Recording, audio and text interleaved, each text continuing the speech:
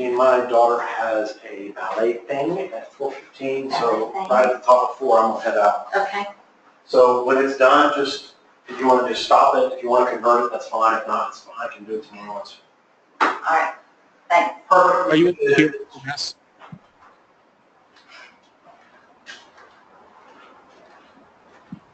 Are you able to hear UAMS? Right in here. PCTS1, are you able to hear UAMS? Hello, can you hear me?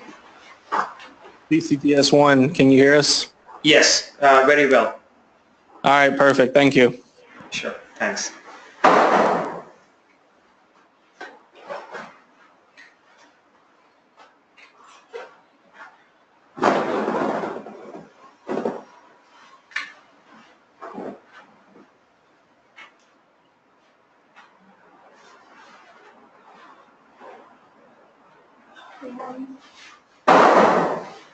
Hey, how are you? Doing good. Sorry, we're Coming, there's another meeting that's going on right now that I just came out of. okay. So, I'm glad to see you. Sure. Let me catch my breath. Sure. And I'll be right back. Sure.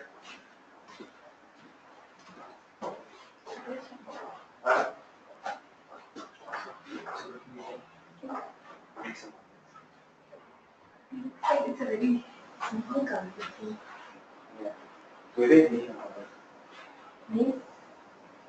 Yeah. Must be happy. So, what kind of audience do you have? I think it's, so what sort of audience comes to the seminar series? Anywhere from scientists doing research all the way up to business. We promoted it all the way up. Okay. Okay. All the way up the street. That's what I think of. Scientists who are interested in developing more than just being in the lab type thing. So it's pretty diverse group. Yeah, it should be. Okay. It should be pretty diverse.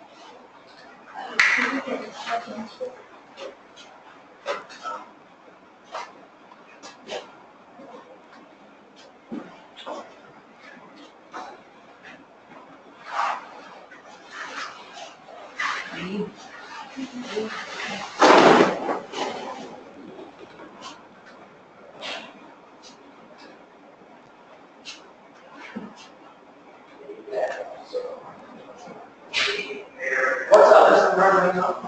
Pardon? There's another meeting going on, right? Hello there. How are you? Upstairs? Is it upstairs? We have office upstairs. Yeah. I mean, We're streaming this. We are. Correct. We are correct. There's 4 on. I'm sorry, this is lunch. we found the chocolate. That's sad. That's very sad. It should be sad. And actually, and that's carbs. I'm taking some liberty.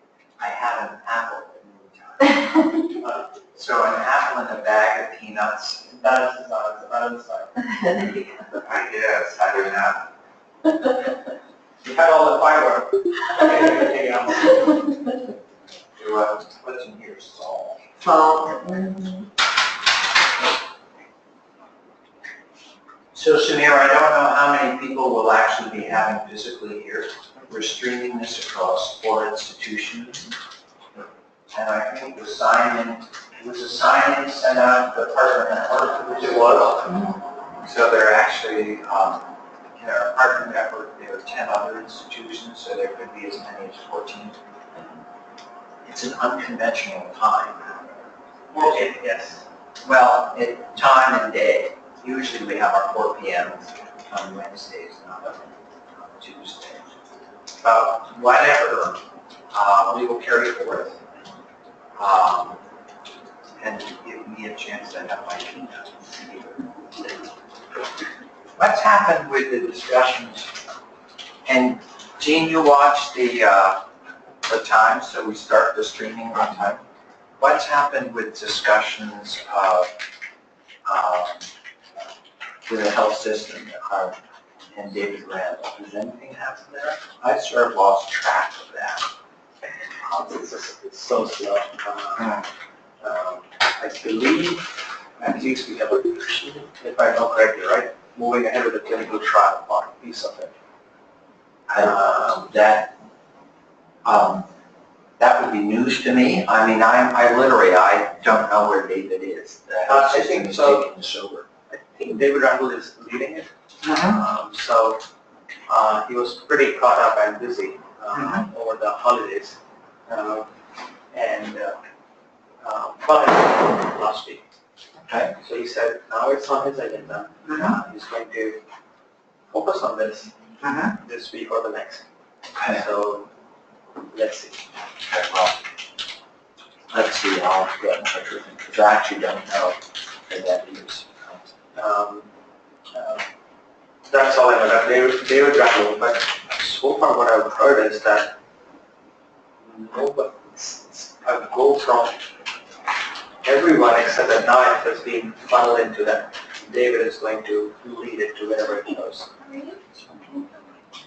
There were 2 decisions. One was the doc finder piece, and Curious is already doing that. Right. So And Curious is that Kairos. I don't know. That's close enough. So Kairos is they send out a recent survey to all the doctors to provide their expertise and see if they're moving forward. Okay. So Dr. David Randall, and he said he is very interested in the clinical trial part of it, as well as accelerating enrollment of patients in the trials. So we do both the pieces. We also work with life science companies in enrolling patients for their trials. So David was interested, but Well, we'll see what. he was slowly. Sorry for the informality, but that's. Right, I found that he's been flooded with work. That's generic. I think we all are, as you know. So we'll see. Again, Xpert is very good guy. Wherever David and his team, whoever was running this. Okay. Becky, how are you? All right, here you go. I'm very good, thank you.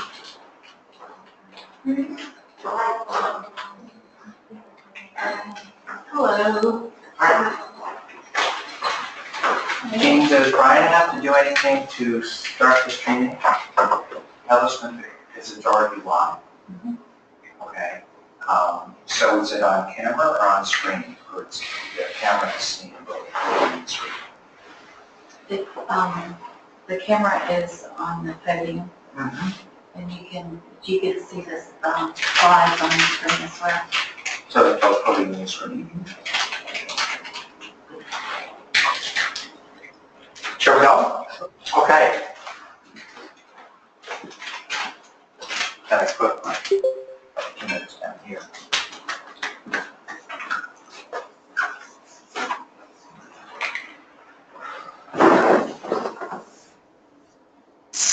Well, what I'd like to do is thank everyone who's come in online and thank those who are here in the audience here at the CCTS Hub in Birmingham.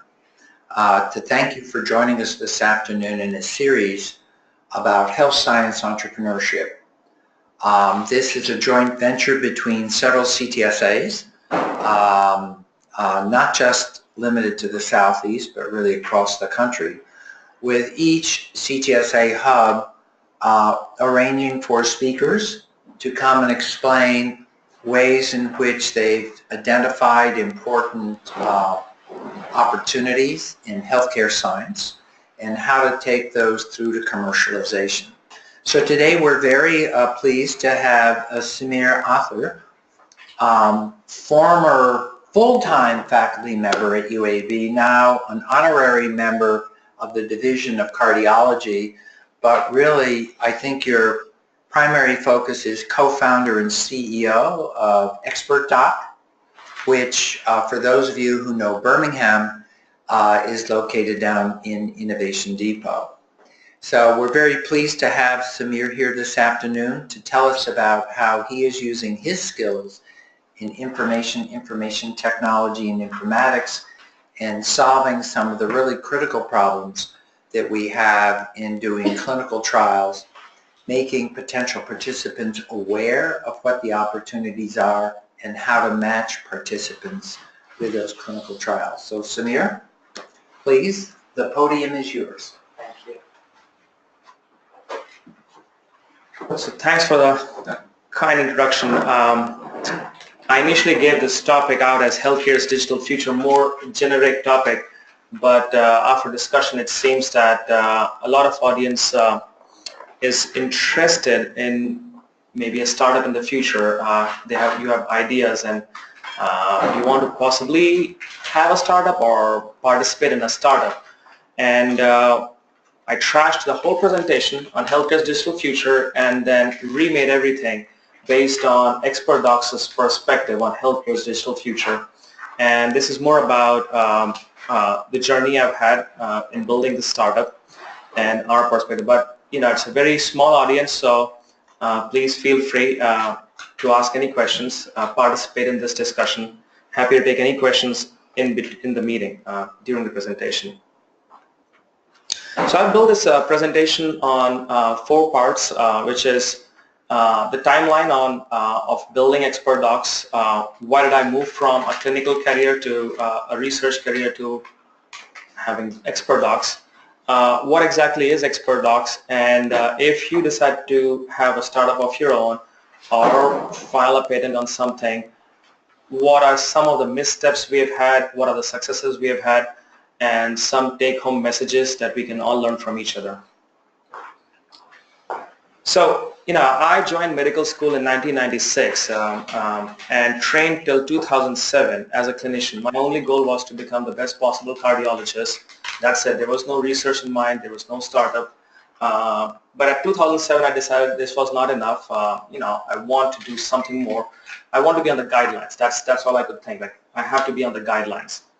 So moved to US because that's where all the guidelines are made. So let me come to US and get to the guidelines. But this was a watershed moment for me. I met my mentor, Dr. Doug Mann. He was the chief of cardiology at Baylor College of Medicine. I was an ABM research pathway resident at that time. And he told me, whether you do a clinical research or you do basic science research, healthcare, as we know, is changing quite rapidly.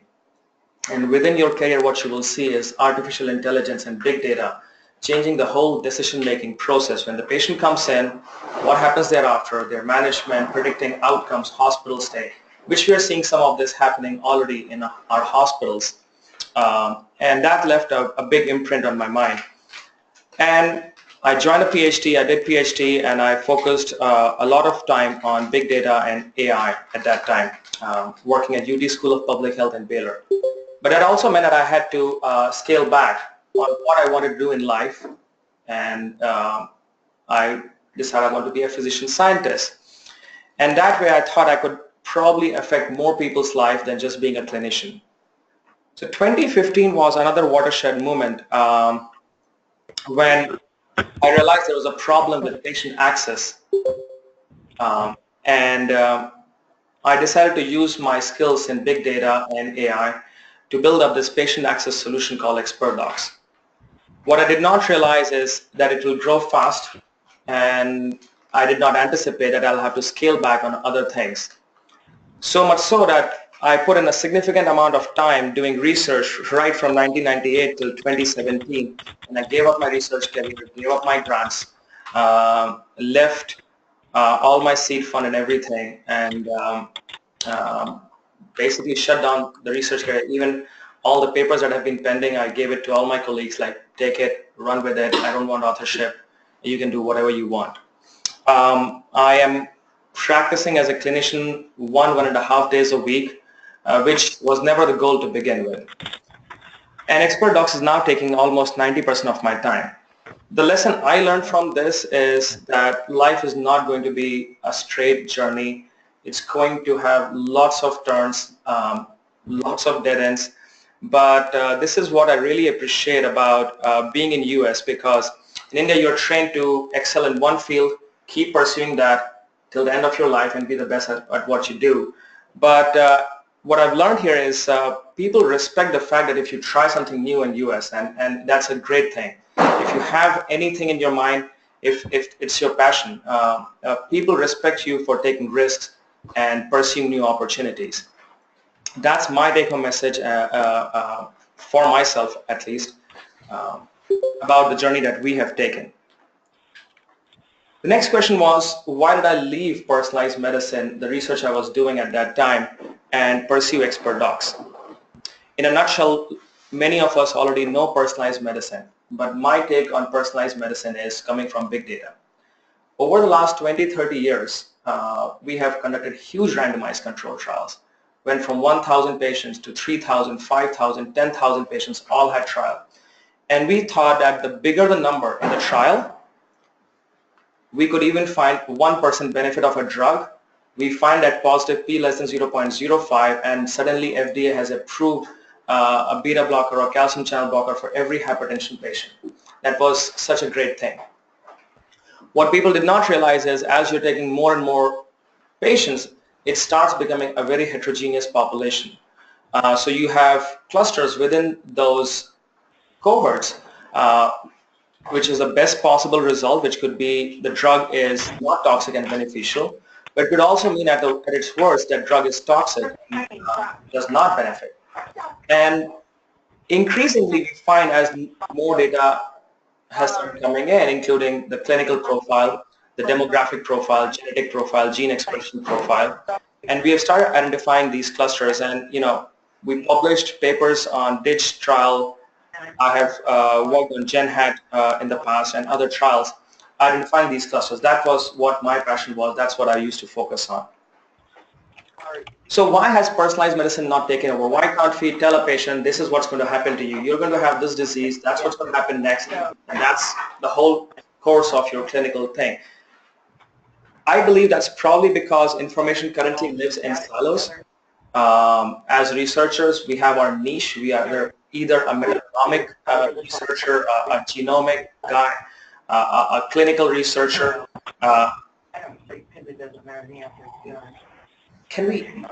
Should we try to Maybe you could ask people who are coming in remotely to mute. Hi everyone. If I have unmuted everyone, feel free to interrupt me for any questions. But if you could mute yourselves at the end, that would be really helpful. Thank you. So personally, I thought that's because a lot of data researchers try to just focus on their niche. And this Japanese painting shows blind monks trying to identify what sort of animal it is by trying to feel different parts, whether it's the tusk, and you think that monk may think this animal is as hard as a bone and is pretty sharp, or could feel a tail and say it's a furry animal. But nobody is getting a complete picture. And my hypothesis on which I was working was that a large amount of information currently resides in interactions between different variables. Currently, it's impossible to identify every permutation, every combination, and put it in a regression model. And my passion, or I focused on random forest and stochastic gradient boosting in trying to uncover those interactions. And that's what my focus was. Unfortunately, what I also realized is that personalized medicine comes at a cost. Over the last 25 years, the number of trials that have been, or drugs that have been approved by FDA has been going down consistently. But the amount of money that is being spent by pharma industry has gone to $50 billion in 2010 and continues to increase. And that's because all the low-hanging fruits of high blood pressure, high cholesterol have gone. Those drugs are already there. What's left now is not the breast cancer. Within breast cancer, BRCA1 or HER2 receptor, or within heart failure, you're looking at certain genotypes, and it's a very personalized approach. So number of patients that would benefit or the generalizability of these trials are very limited. So personalized medicine comes at a very high cost, and that's coming at a pretty bad time when our healthcare cost is already 18% of the GDP and rising, one of the highest in the developed world. So continuing on the same theme, what we have done over the last 20-30 years in healthcare is we went from a very low-tech, low-cost solution in developing all the fancy devices. We have amazing catheters, amazing devices, defibrillators, lariat, closure devices. Orthopedics have done a great job. But that has meant all these high-tech, high-cost solutions have really affected patient access. And the patient access has either not improved or has worsened over the last 20-30 years because of the increasing healthcare costs. It is currently believed that the next wave of disruption in healthcare will be led by technology that improves patient access while reducing costs, and that's where big data comes in. We'll be able to leverage all this data and be able to streamline healthcare and reduce costs. This is also supported by the fact that increasing number of patients are now go online and are very empowered, and they want to access healthcare their own way, and that's a trend. I remember looking it up in mid-2000s what the number is. At that time it used to be 1 in 4 people used to go online to look up their doctor or healthcare. I was surprised to see this recent survey by Google done over 650 hospitals that 6 out of 7 patients go online for more information. That's a huge number, and that's just increasing. 3 out of 4 patients will go on a search engine, but another important thing which I saw which surprised me was that 76% patients, just 1% behind search engine, actually go onto the hospital website to find more information. Now, whether they get the information or not is a different question, but they do try to get that information. They're not only consuming information, like you go on Facebook, you browse and you shut down, or WebMD, they are taking action. 4 out of 10 patients will take action based on the information they consume online. 44% of these patients will go on schedule an appointment based on the information they consume, and 34% of patients on desktop will do the same. Not just healthcare, even in clinical trials, we used to have pamphlets, flyers, and we used to rely on these high volume operators and clinicians to enroll patients. Now it's changing. 38% are recruited through major search engines, 14% through health association websites, that's different sites catering to different diseases, and 8% social media. That's approximately 6 out of 10 people will enroll in a clinical trial using some digital means. So there is a digitalization of healthcare, and it is changing fast. Not only are they not going online just to look for generic information, again, this has it's a big difference. It's a huge shift from looking for a cancer doctor, looking for a heart doctor, looking for a primary care physician. That's how all our websites are built. Every healthcare website, if you go on the UAB or WashU or anybody else, like find a doctor by specialty or find a doctor by name, because there is no other way we ever imagined. This survey, again from the same Google survey from 650 hospitals, shows every patient, almost every patient will go online to find very personalized information about themselves, whether it's their disease, whether it's their symptom, whether it's the procedure, and almost everyone wants personalized information. But unfortunately, they would not get it, and that's where how XpertDox came into being. So the story behind XpertDox is that there were 2 parts of why we built XpertDox. One was there was a friend whose kid had autism. I said, you know, you're a doctor. Can you find me a good autism doctor, not a pediatrician, an autism doctor? I said, fine, I'll work. I was in Houston. I tried to look it up online, went to Health Grades. Well, you find patient reviews and doctors. You can go to vitals.com or RateMDs or US Health News or WebMD. It's the same story everywhere. You cannot find a doctor's expertise for a given condition. Well, that continued brewing in my mind. There were patients who kept asking, and in 2014 to 2015, I remember, without taking name, there was a faculty member 3 years out of fellowship here in electrophysiology who moved out from UAB, went to St. Vincent's first, and now is at Grandview.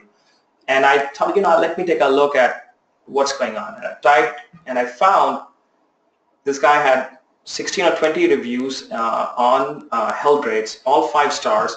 And that was the first result for EP. I forget, atrial fibrillation or something that I typed. And Neil K., who is considered to be an international leader, he retired a few years back, was nowhere on the whole page. Tom McElderry, not there. None of our UAB faculty was there. So I was pretty disappointed by the fact that somebody who can have good marketing skills and only 16 reviews, you need to create 16 Gmail accounts or 16 Yahoo accounts to get there on the first page. That's all you needed to do at that time. An average number of, we have around 1 million doctors in the US. If you take the density of reviews, it comes to around 1 to 2 reviews per doctor. Well, I never buy anything less than 10 reviews on Amazon. So, so that's that. If you go to the hospital websites, you still do not find information, unfortunately. We have had a very closed system in hospitals where it's our patient. We don't want new patients. We don't want to lose our patients. We don't want to do anything on the digital side. Keep it safe. This is the list of doctors. Whether it works or not, that's a different story. And that's most hospital websites. Now, given that it's an entrepreneurship seminar, so I decided to keep some business part of it also. There's a huge opportunity, missed opportunity from the hospital administration side too, not just from the patient satisfaction. 61% of the patients in the same survey said that they actually went to 2+ hospital websites. Well, in hospitals, we think that nobody is actually shopping around. Our patient is our patient. He'll always come back. 61% patients said they did actually go to 2+ hospital websites. And 84% of the people said, 83% patients said that they actually made a decision based on the digital content that they got on the hospital websites. And if we have clinicians here, we all know about our outpatient clinics.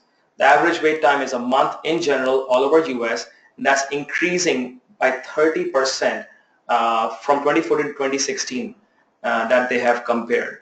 And 10 to 30% of clinic slots go unfilled, whether it's scheduling errors, suboptimal load balancing, cancellations, and more often than not, a mismatch. We have an ENT surgeon in the audience who gets ear patients and doesn't want those ear patients in her clinic. But there's a lot of mismatch where it's a wasted visit for the patient. You go see the doctor and he or she refers you to the next person. So a lot of a mismatch there. Now, clinical trials are not any better in any way. We saw the increasing cost. What is the biggest driver of this increasing cost?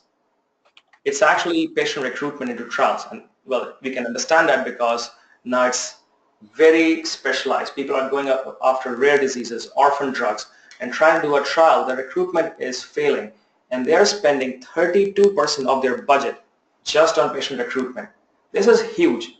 10 years back, this number used to hover around 10%, then it moved around 20%. Now it's 32% of the budget is being spent only to recruit patients. The CRO market is $25 billion. 32% of a $25 billion market is a $7.5 billion are being spent to recruit patients. But what's going on with those $7.5 billion that are being spent? Of the 18,000 ongoing clinical trials in the US, 86% of all clinical trials will fail to enroll patients on time. $7.5 billion being spent with 86% inefficiency. Average amount of delay, 1 year. Average daily out-of-pocket cost during that extension period is $37,000 per trial per day. And the lost opportunity for the pharma or the life science company is $1 to $11 million per day that they are losing out. Now, they're not losing anything. It's the taxpayers losing out because once they get a blockbuster drug, we'll all pay for it. So that's how the inefficiencies in healthcare are contributing to increased costs. So coming back, the reason I decided to pursue XpertDox over and above personalized medicine is the same reason I moved to personalized medicine from being a clinician. I could have affected more people with my research than as a clinician, and I believe building XpertDox, which is a patient access solution leveraging big data, would affect more patients than I could have ever done with the personalized medicine research.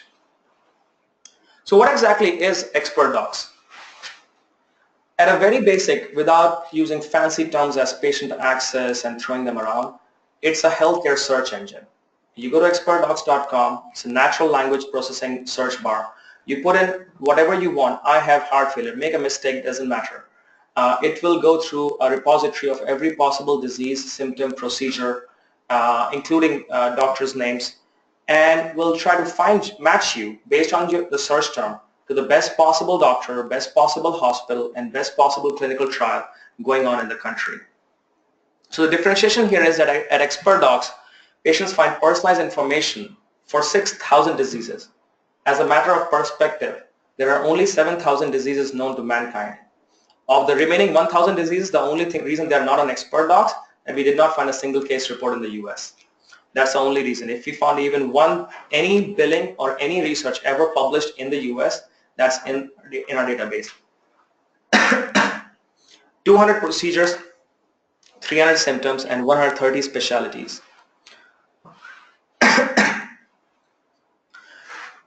These search terms are mapped to, we then performed a multifaceted evaluation of every doctor in the US. Given that we were aiming for a patient access solution, the only doctors we did not keep in this were pathologists, microbiologists, anesthesia, hospitalists, doctors who did not see patients in the clinic. That was the only reason we removed them. We did not want to confound the results in there because patients would then like to get a clinic appointment with these doctors.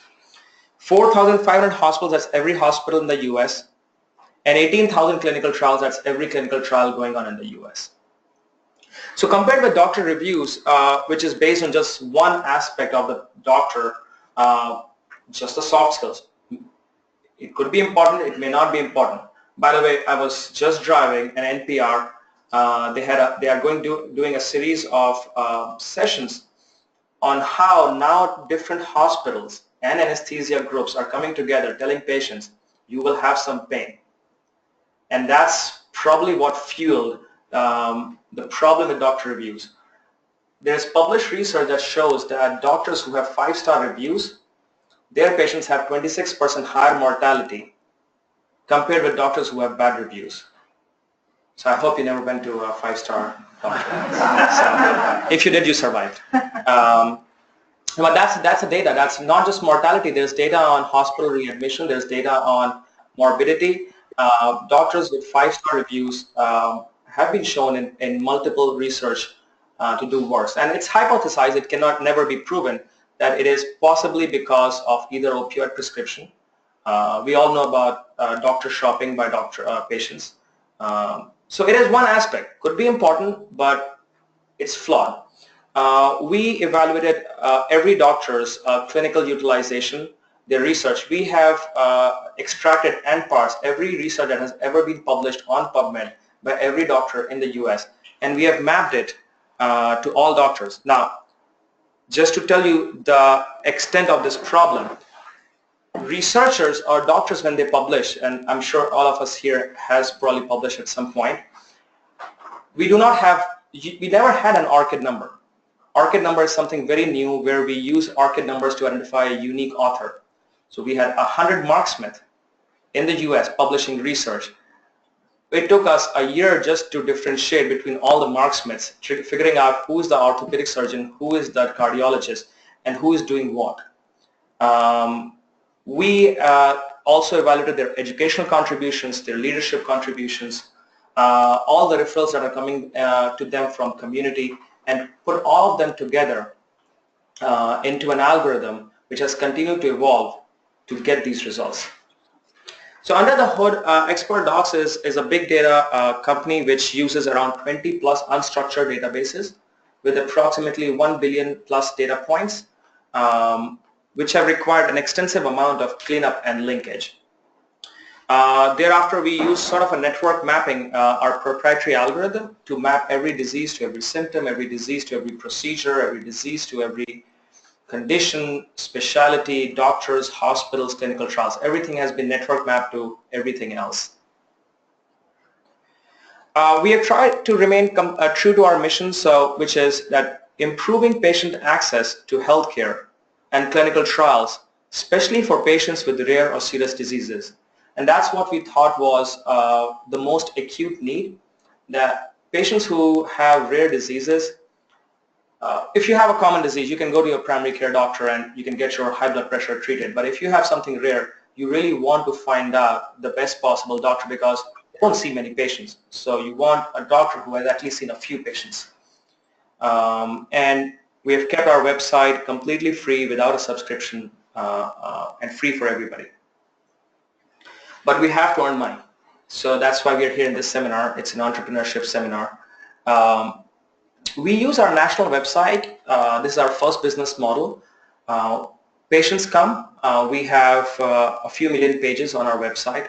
We have every disease. So when patients come and visit our website and look up their disease, we also recruit them for a clinical trial. And that's one of our business models, the clients being the life science companies at this time, but it could be anybody else, including hospital systems. Xpert Trial is a custom build that we do for either a hospital or a healthcare website, either a telemedicine platform or an online appointment platform, where we build a custom search engine with all the search terms that we have and map it to an in-network list of clinical trials.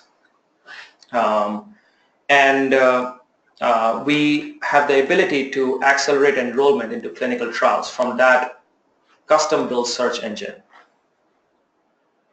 The Xpert Match is the same search engine that we build for hospitals. That's a provider match in a way, where patients can come in and type in whatever their search term is, and they will be shown a list of all in-network doctors that match to their condition within the hospital system. We have self-appointment and patient referral modules built into this custom product. So that's in a nutshell what XpertDox is. And we've had a few missteps, we had a few miscalculations over the last 3 years. And if you want to have a startup in future, this is how we went about it, and sharing some of our missteps or successes. So some of the misconception, at least I had in the beginning was, and I still remember December 2014, is a great idea and execution means quick exit. I thought I had this wave that I know the algorithm. I build the algorithm in the head. It's like, okay, this is going to be awesome. This is the next big thing. I'll build this 6 months. I'll exit and continue with my fellowship or whatever I'm doing. I'll continue all my research work without any effect. 6 months exit. It's 3 years, still working, and we're nowhere close to finish line. So whatever you think is the amount of effort it will take for the startup and whatever duration it will take, probably do a 10x at least. It will not be less than that. A startup makes financial sense. That is another big no-no, I would say.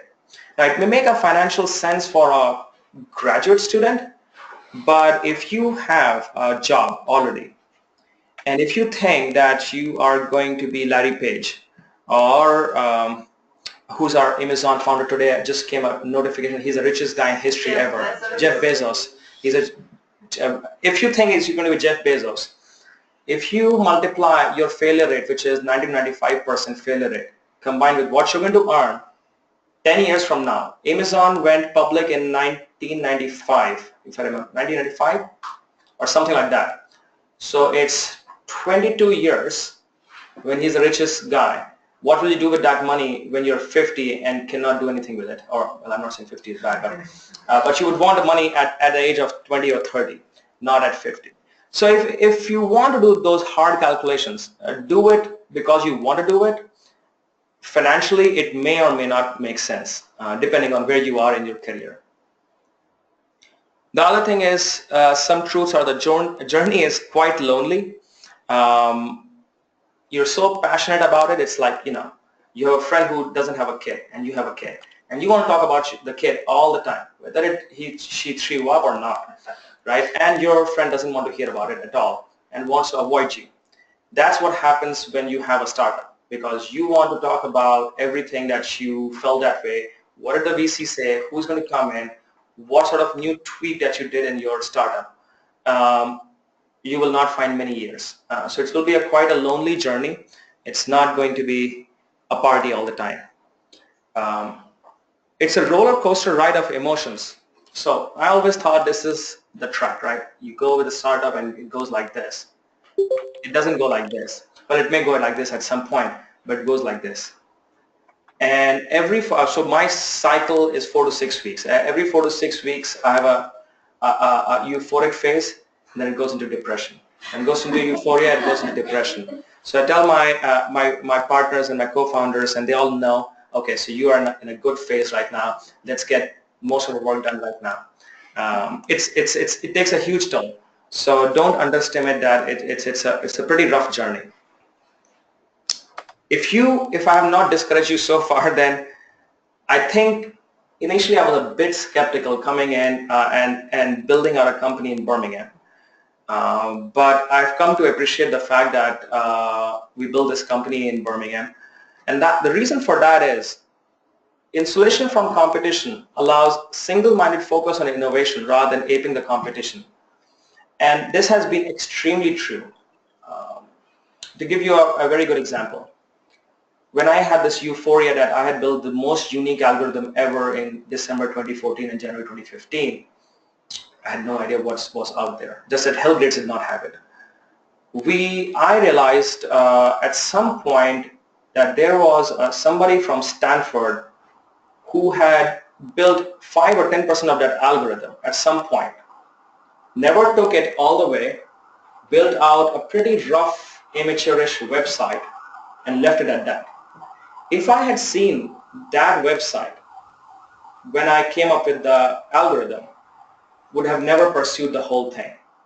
But by not knowing what else was out there, we kept evolving. Now the algorithm is so complex and so big and so good after 3 years of development, and the business models have evolved that we do not feel threatened at all, no matter who comes up with anything else. We believe we have a big head start here. But if we had known what was going on or what anybody else has done, it would be a problem. So showing here is that Square came up with this mobile digital payment platform, great. And then everybody decided from Intuit to PayPal that they will come up from square to triangle to cylinder to oval. That's their differentiation. That's it. That's great, right? We have an oval versus a square. That's what happens if you're in Silicon Valley. Instead of trying to push you forward, it would be more like, oh, you came up with this idea. That's awesome. I think one of my friends mentioned something like this a few months back. That's what happens. The other things that I've realized after having worked at Baylor and in New York is that UAV Research Foundation is extremely helpful. It's a great resource. Do not shy away from using it. I've compared. It's a great resource, and that's again a Birmingham advantage. The other thing is that Birmingham being a relatively small place and not too much of IT stuff happening, we have received tremendous amount of support from the community leaders here, which is Birmingham Business Alliance, which has been helping us throughout. Another anecdote is that when we had one of the first few clients, I did not have an office. And the guy said, okay, I'm flying in tomorrow to meet your team. I said, okay, good, that's awesome. What do I do next? I call it BBA. Basically got a room in their office, on their floor, in the BBVA campus building. Took all my trivia and my kids' stuff and a stethoscope and stuff, and I threw it on the table everywhere. And then sat there the whole day waiting for them to come in. And it's like, hey, come in. Told the admin in the front, this is where XpertDox's office is. That's how helpful people are around here. Innovation Depot, we are based there. It's a tremendous resource. EDPA, we have won 2 startup competitions over the last 2 years. The Alabama Launchpad, Ray Watts, Dr. Ferniani, Selvin Vickers, everybody in a UAB leadership has been extremely supportive. Dr. Kimberly, Dr. Standard, Dr. Mansoor Salah, Dr. Tony Jones. Everybody has been helping XpertDox and has been supporting us. Now, let's not discount disadvantages though. Less opportunities for funding. If you're in Silicon Valley, if you have ever been an engineer in Google, Facebook, or whatnot, you come up with an idea, you get a seed round of $10 million. That's not going to happen here. It's an extremely difficult thing to happen here. But there is a plus side to it, which is a lot of those people who raise $10 to $20 million on an idea, they're not raising it at a valuation of $50 million. They're probably giving away 50% of their company on the idea stage. The next round, they would have given up another 25% of the company. By the time it goes to Series A, Series C, Series D, they probably have less than 10% of the company. Tesla, the founders probably exited at 1 or 2%, 3%, 4%. Now we all know Elon Musk owns everything, but the founders were not Elon Musk. Elon Musk was not the founder. Multiple such examples. Now, God forbid, if you have a down round after Series B, where you raise money at $50 million valuation, and now next round is $20 million, you own common stock as a founder, you basically have lost everything. Now you're working basically for free and don't own any equity in your company. So by not getting so much money early on, you learn to keep it lean. You learn to depend on the revenue, not the funding as a source of sustaining the company. Whereas in Silicon Valley, it's about Series A is the goal, not the revenue. The goal is Series A, Series B. That's the goal. One real disadvantage is difficulty in hiring talent locally. But as I've heard our governor say that this is now strategic importance and computer science and IT will be the focus, and at least we have seen more companies coming up, and the biggest success story shift will do a huge amount, will lead to a lot of change in Birmingham, and we are very, very optimistic about this ship's sail to Target. Now, one important lesson I learned, this is an important saying, but this is I took it to heart, which means suno sabki karo apni, which means listen to everyone, but do what you consider right. So whatever you hear here in this presentation, just take it for whatever it is worth and do what you think is right for you. And I'll tell you why. In a single day, we have heard these suggestions listed here and the opposite. The fad was, there is a fad called disruptive innovation. Everybody wants to use this word, disruptive innovation. Disruptive innovation means that you capture a very small market using a sort of an inferior product at very low cost, capturing that small niche market and then expanding out. That also means you never have a business model. You try fast, you fail fast. You try fast, you fail fast, but because you are so lean that you can continue trying fast. That means you never commit to a business model. There is no hypothesis. You keep experimenting without a hypothesis. The same people would come and say, some other people, you have to have a business model. You have to commit to what you are doing, and you have to make every effort to succeed in that. The point being, yes, it's a fad, but it may not apply to what you want to do. Are you building a monopoly? A monopoly means that you enter a market where there was nothing. You build something so new that there is no competition.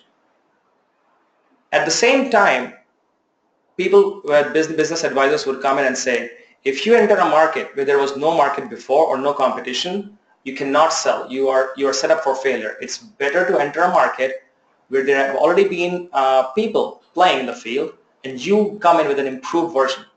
That's basically iPad. That's iPhone. Smartphones were already there. They came in an existing market. So point being, it sounds good to you that I'm setting up a monopoly, but that may not be the best thing. Full-time employee or not, it all depends on what stage of career you are. You remain self-employed, you earn a decent amount of money, you can self-fund your own startup and work at night. Or you can have a venture fund come in and tell you, you don't have a full-time employee in your startup, that means you're not committed to your startup. I'm not going to fund you. If he or she says that, do not resign from your job right away. Think through. nobody has the right recipe. Nobody knows your startup better than the co-founders. Remote teams versus on-site team. On-site team is always good, but at what expense does it come? If you cannot find all the talent locally and you have to compromise, it's better to set up a remote team.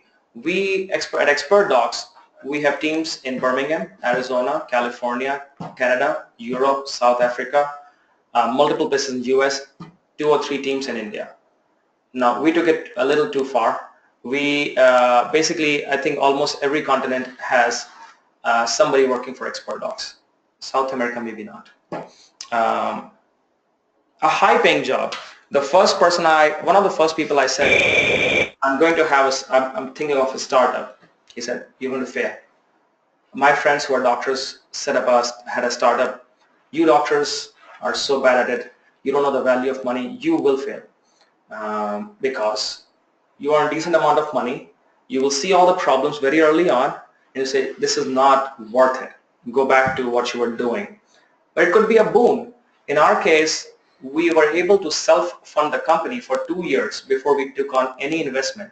That also meant that we gave up very little equity when we did raise money, and we were able to self-sustain for a long, long time. We didn't have to ask for money. So it could be a boon or a curse. B2B versus B2C. Again, a difficult question. B2B, you engage with 4, 5, 10, 15, 20 clients and earn decent amount of money. But B2C is risky, but we know where Google and Facebook are. So what's the right recipe for your startup will always be different, and just listen to people and decide on your own. Coming back to the B2B, B2C, you should have the ability to pivot. Our first business model was we are able to find the right doctor for a rare disease. Best fit, let's build a second opinion model. Very soon we realized the difficulty in a B2C segment. Building on the whole second opinion platform, getting patients from all over the world onto this. It's a difficult thing. We quickly pivoted to trial enrollment, where we were recruiting patients for clinical trials. We achieved some success there. So we went from a B2C to B2C to B2B, which means our clients are consumers who are using our website. At the same time, we are earning money from life science companies. And at the same time, we also explored other opportunities, and we came to this custom development for other healthcare websites and went more towards B2B. So failure is not a bad thing. I heard that saying a long time back and thought, this is BS. I don't like failure. I would never want failure. But if we had not failed on second opinion, we would have stuck to second opinion and never really ventured into other opportunities here. And now that we are succeeding in actually all 3 of them, we are now building a second opinion also. We have a client. We were able to open up the horizons. We will expand the horizons because of the failure. So failure is not necessarily a bad thing. The other important thing is building a strong team. Don't get 3 people with the same expertise into the team. It's not going to help. If you're a clinician, get a researcher. If you're a researcher and clinician, get a business guy. If you have all 3, get somebody else, a software guy. It is important to get diverse experience and diverse personalities. You don't want all 4 co-founders to have the euphoria at the same time and depression at the same time, right? So you want somebody stable in the middle, and you want somebody else to go up and down. It's important. There will be fights. So one important thing is, if you can do it, get somebody on a team who you know before starting a startup, because they would know you from before you build this. So when you have a fight, you can still stick together. There are many examples of startups breaking just because of co-founders not getting on the same page. Intellectual property. So we took a simple approach, and that's my take home from this, is that we applied for external activity very early on from cardiology, medicine, and we approached the UAB Research Foundation, very helpful, and we filed patents, trademarks very early on. So try to keep your IP as clean as possible so that at least you can go to bed not having the stress on what's going on, what should we do next. So we were pretty straightforward in our intellectual property.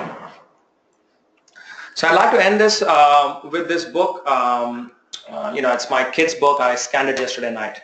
What do you do with an idea? It was given by a friend of mine, and I really like it. I'll just go through a few excerpts from this book. So one day I had an idea. Where did it come from? Why is it here? I wondered. What do you do with an idea? The first time you have an idea, you don't know if it's going to be a startup or not, but you're always unsure. I showed it to other people even though I was afraid of what they would say. I was afraid that if people saw it, they would laugh at it. I was afraid they would think it was silly. And many of them did. They said it was no good. They said it was too weird. They said it was a waste of time and it would never become anything. So to give you a real life example, one of the people who built the platform early on helped us build it. He's in Silicon Valley. In March of 2017, Bhupesh was 2017 when Sharad went. He went to Silicon Valley in seeking venture capital. And the feedback he got and gave to me is, the venture capitalist told this guy, Sharad, not only will I not invest in this company, but it's a sincere advice for you not to go around looking for money with this pitch because you'll ruin your reputation. So that's the kind of advice you're going to get. So be prepared. That's what people would say. I like being with my idea. It made me feel more alive, like I could do anything. It encouraged me to think big and then to think bigger. And then one day something amazing happened. My idea changed right before my very eyes. It spread its wings, took flight, and burst into the sky. You have to nurture the idea. You have to work on it. You have to continue to persevere if you believe in it, because people will doubt it every day. Well, one other thing is I would like to thank Garima, my kids. We have meetings. We used to have meetings 4 nights a week, which we have been doing for 3 years. So it takes a huge toll on the family. Now we have gone down to 3 meetings, 3 nightly meetings a week. Hopefully then 2 and then 1. My co-founders, Bhupesh, Ashu, Rama. Mentors along the way, I've had so many mentors everywhere, and they have influenced and given me direction. Division of Cardiology has helped me. I really believe UAB is extremely supportive of entrepreneurship. The Research Foundation has been extremely helpful.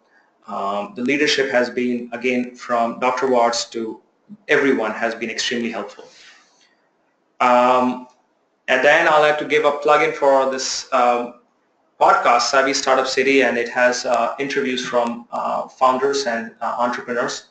And if you have an interest, go there and maybe there's something good there. Thank you.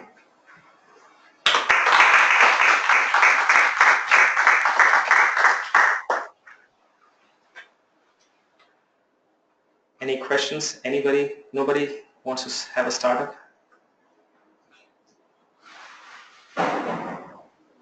So how big is your team now?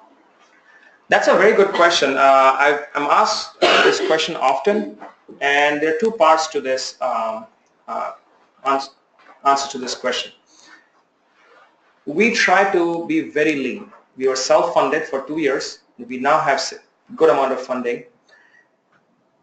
Because we tried to be lean and had a small co-founder team, we kept everybody on contract. So almost everybody that's working for us, we are either using contract or we have friends who have actually established companies to employ them on our behalf. So we have at least 2 other people who have employed at least 6 other people, 2 different companies, but they essentially work in under our direction. In all, we have a team of 20 people, and most of them are on contract, which limits liability and creates flexibility. So what skill sets or roles do they have? So I would again mention strongly, if you're thinking of having a startup, a good place after you set up the team are these online resources called, the one which we use is Upwork. We have our lawyer, which we found through Upwork, because we just could not afford the Birmingham established lawyers, $500 an hour. We just could not afford them. We have our videographer in Canada through Upwork. We have an infographer based out of India. We have SEO teams working out of US, Europe, and India. We have at least 3 SEO teams working for us. We have doctors who are contributing, write blogs, and for us. There are 2 of them are in US, 1 of them in South Africa, 1 of them in India.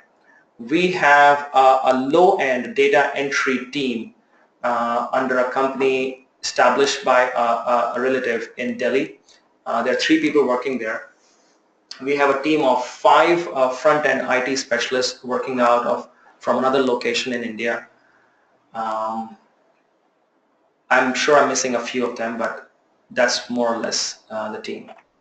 But we extensively use Upwork to find new talent, and it's a good resource. For example, we recently created a recruitment ad for that. We only want doctors who have USMLE scores above 230 or something. We got a huge amount of response, and you could screen them. If you start to find a doctor to contribute to your website locally, it will be a difficult task. So Upwork is a good resource. I'm sure there will be some other websites, but that's what we use.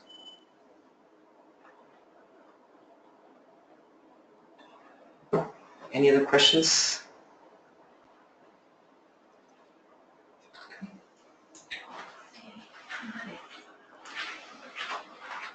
Question online.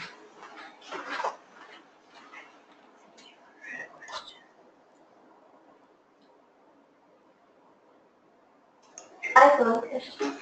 Your XpertDox, the website, how frequently is it updated? We update the front end once every 2 weeks. Every 2 weeks. The data updates are usually once a month to once every 2 months. Because in the end, given that it's a big website, you will find bugs and need to fix it fast. We can't be faster than that because first we have to move the code to a test site, check it out, stress test it, and then move the whole thing to production. So we do it every 2 weeks.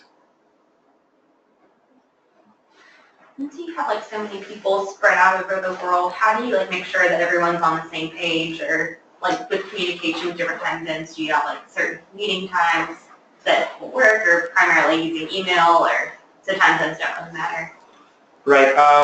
I think that's a very good question. On-site team is always better. You have everybody in the same room. The speed of development we have had just sitting together is beyond what you would ever have on a remote team. You can bounce off ideas right away, trash ideas, move on with new ideas. So yes, if possible, you should have on-site teams. Unfortunately, many times it's not an option. If you are resource constrained and you don't have $10 million in seed funding, it's just a necessity. What we have done within our team is we have divided roles. So I went originally working on the algorithm to more on the business development side. We have in the team who are devoted only to the back-end data, and somebody else only devoted to the marketing and the SEO part of it, and the 4th person only managing the back-end of the website or the website itself. So creating some sort of silos, which is not a great thing, but not everybody can be on every meeting. So they do their own meeting on their own time zones. We utilize Sunday quite a bit. We use night times quite a bit. And then reconvene in those 3 or 4 sort of mega meetings where there are around 7 to 10 people in the meeting, so that everybody's on the same page. It's not an ideal situation, but the good thing is you can do the same amount of work or a lot of work for 1/10 the cost that you would do locally. But at this point, that's our strategic initiative, is to bring everybody in. We are hiring at this time, and we believe now is the time to bring the whole team into one place.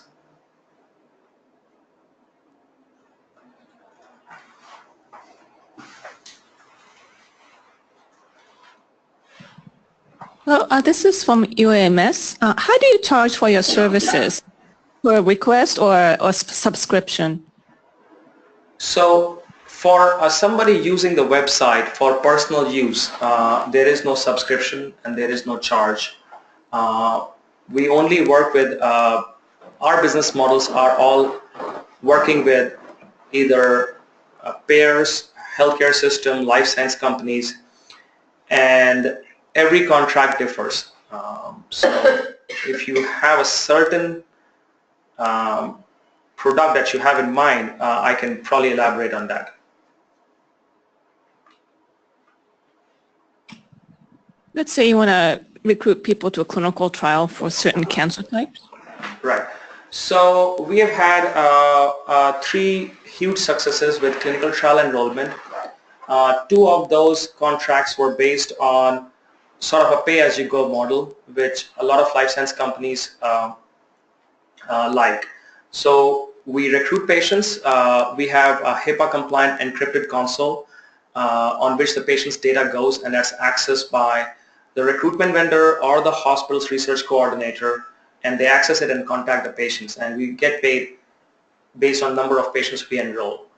The third client that we had, or we have currently, decided to go on a fixed model. They did not want the uncertainty that we would tomorrow recruit 30 patients for them and that would be suddenly alter their budget. So we're going on a more of a fixed model with our third client. But we are flexible and we could do either one.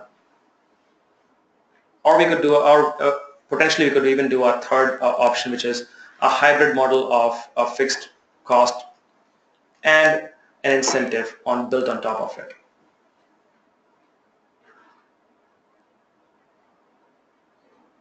And our expertise is actually rare diseases and uncommon diseases, given how the website is built.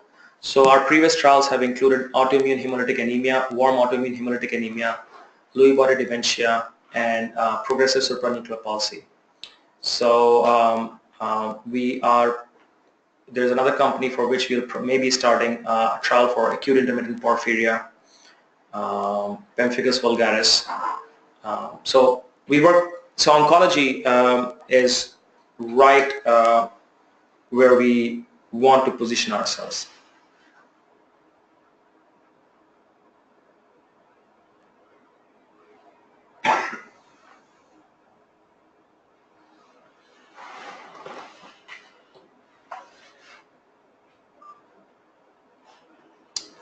Any other questions?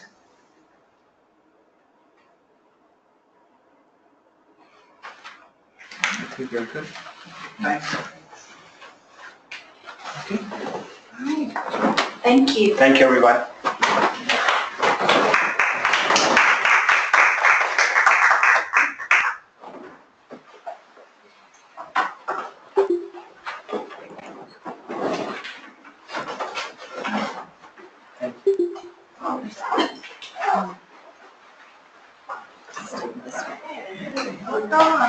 How's your son? Hey, you're